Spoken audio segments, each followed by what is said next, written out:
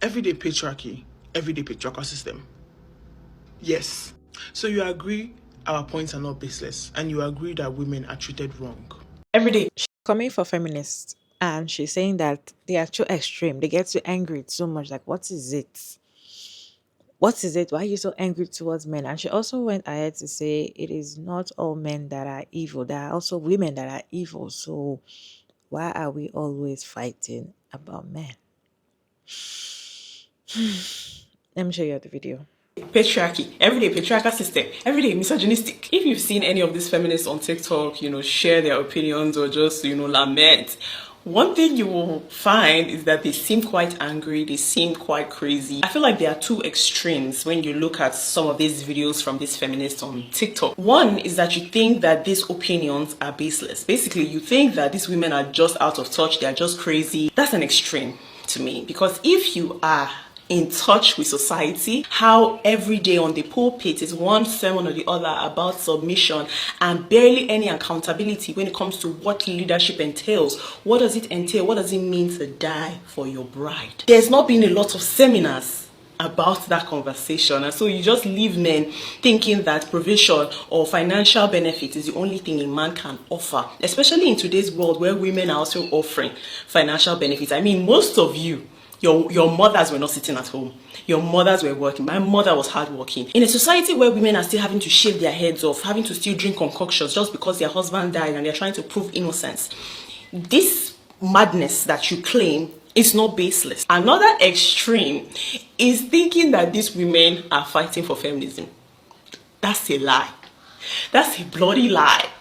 They hate men. At this point, they just cannot stand men, to the point that their feminism has nothing to do with women. They would fight a woman just to prove how much they hate a man. It's no longer a thing where, like, wait to be that.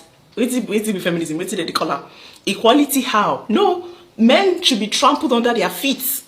Let them walk on men, trample them, squeeze them, draw blood. If you think that these women are normal, they are sane, you lie. You lie. Most of them, they don't go.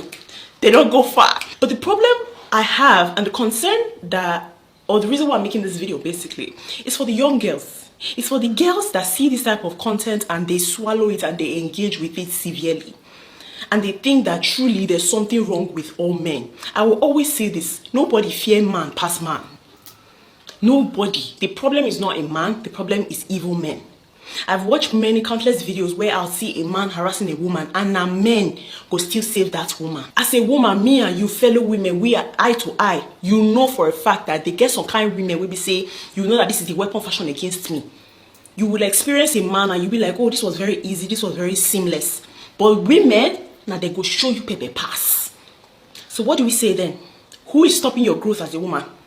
Is it just because he's a man? Everybody just decrease, everybody just talk anything we want, so freedom of speech. But you as a human being, they collect time with discretion.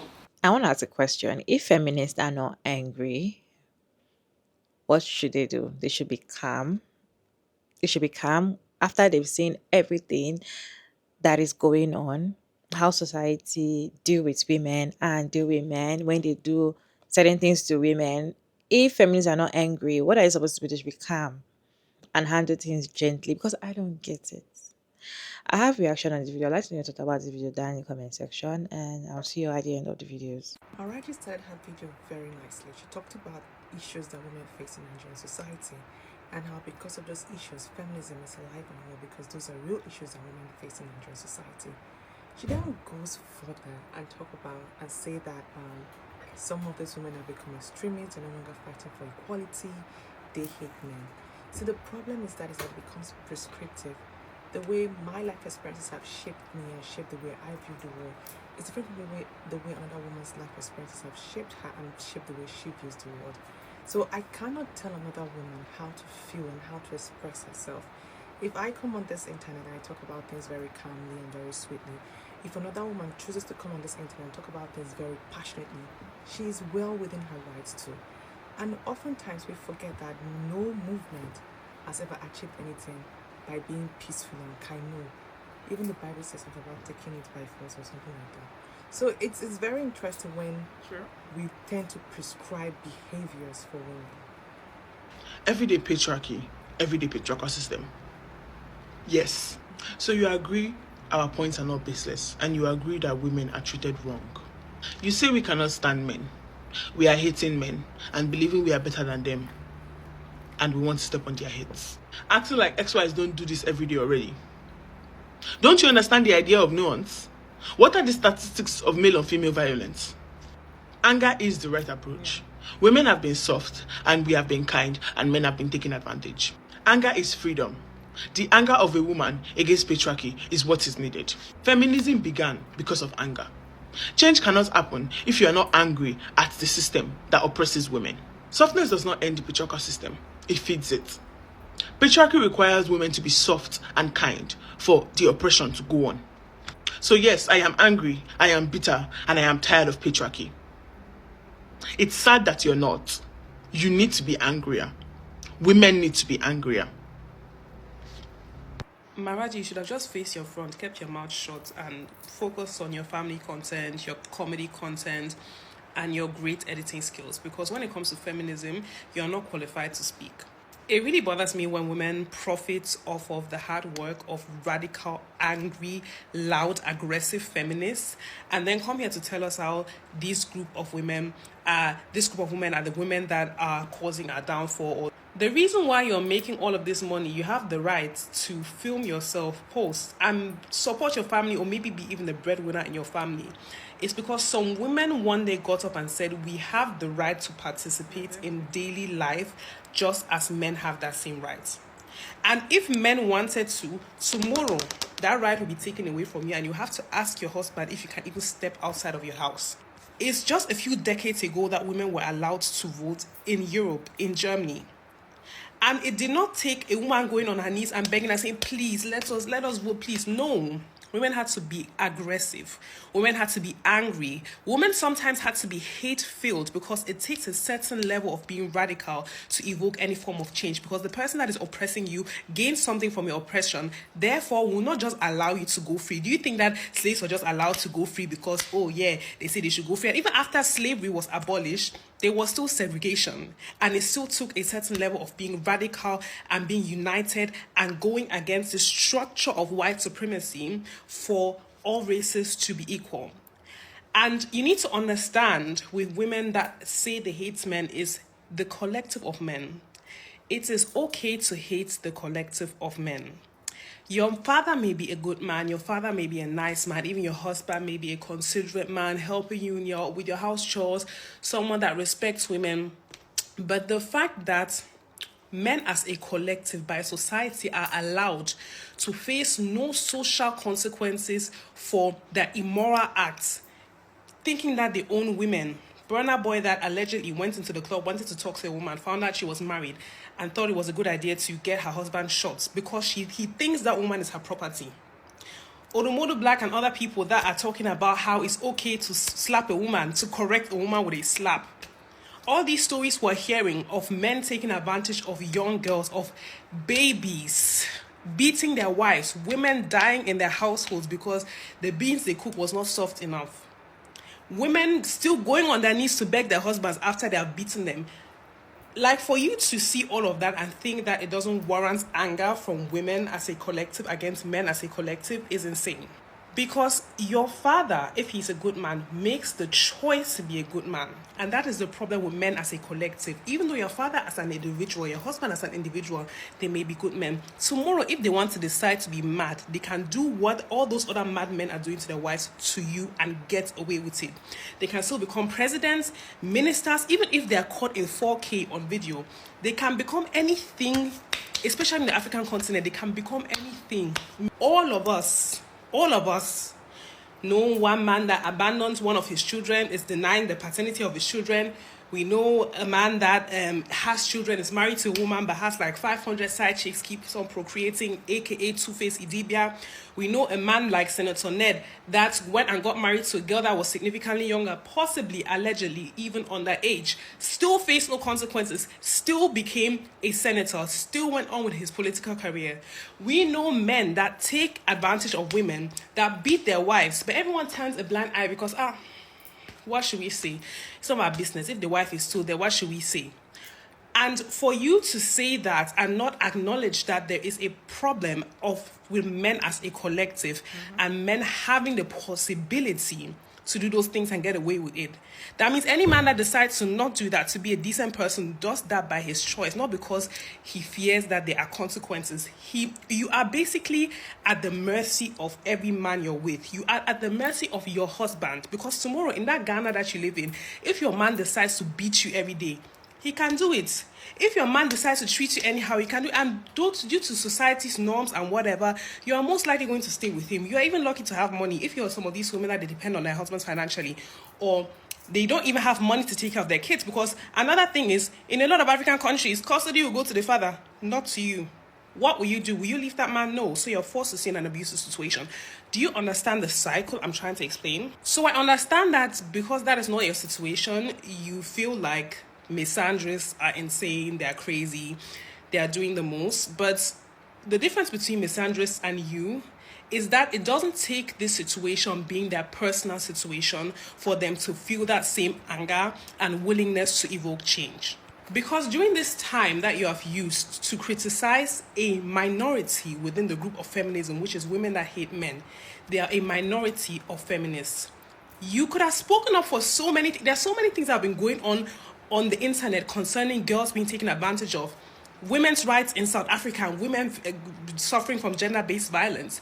This young girl in Nigeria, I don't want to mispronounce her name, who was taken advantage of by her family and lost her life. There are so many situations you have not spoken out on to support women in your country around you, but you think you necessarily need to add your voice to criticize feminists. What also really irritates me is when people try to equate misogyny with misandry.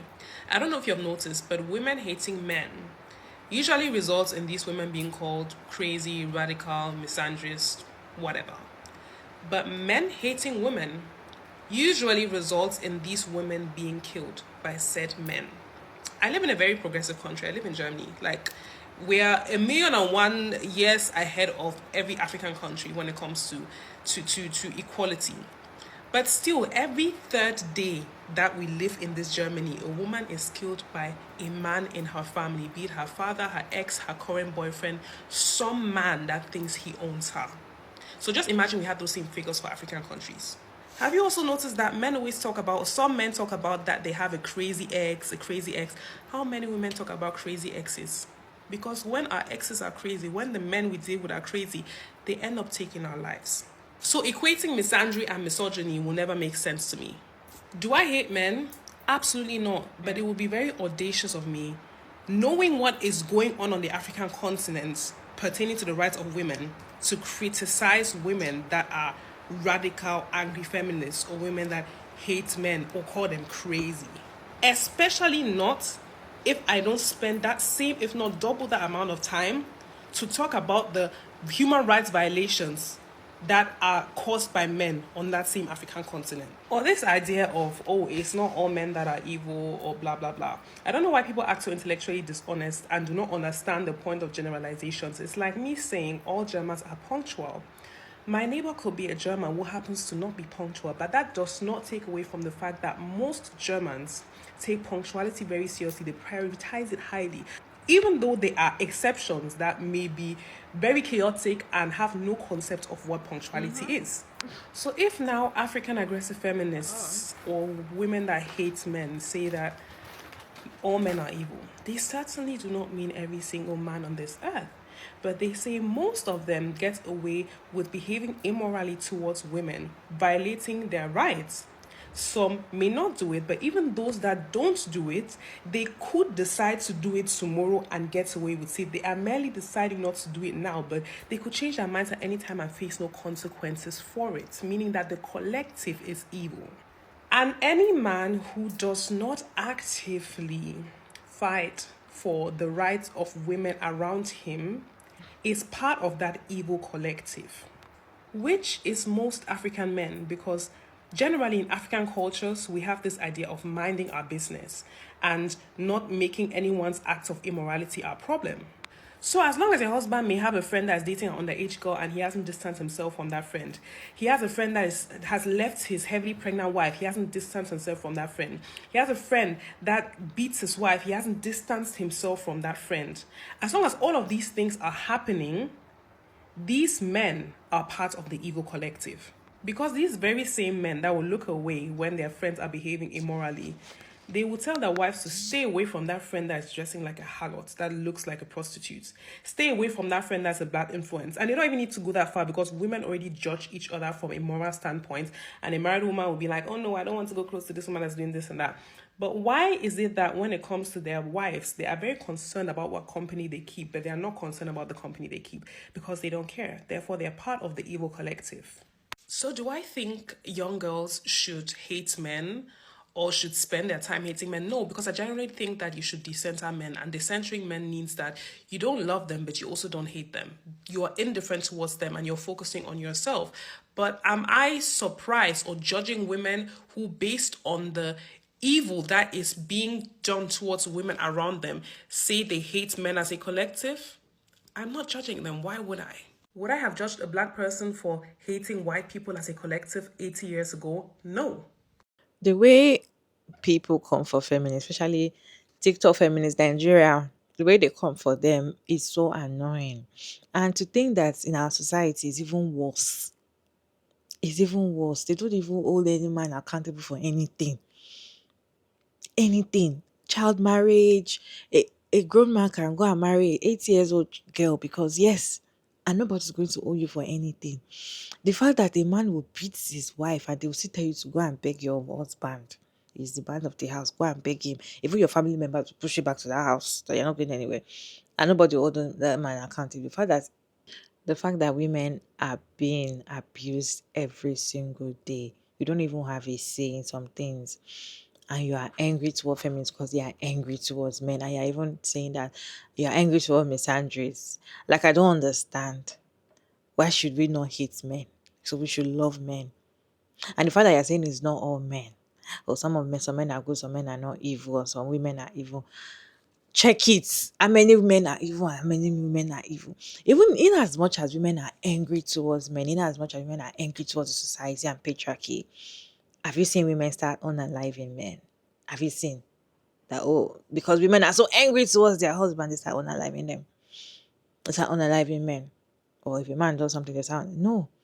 But when a man hits his woman, what does he do? What does he do?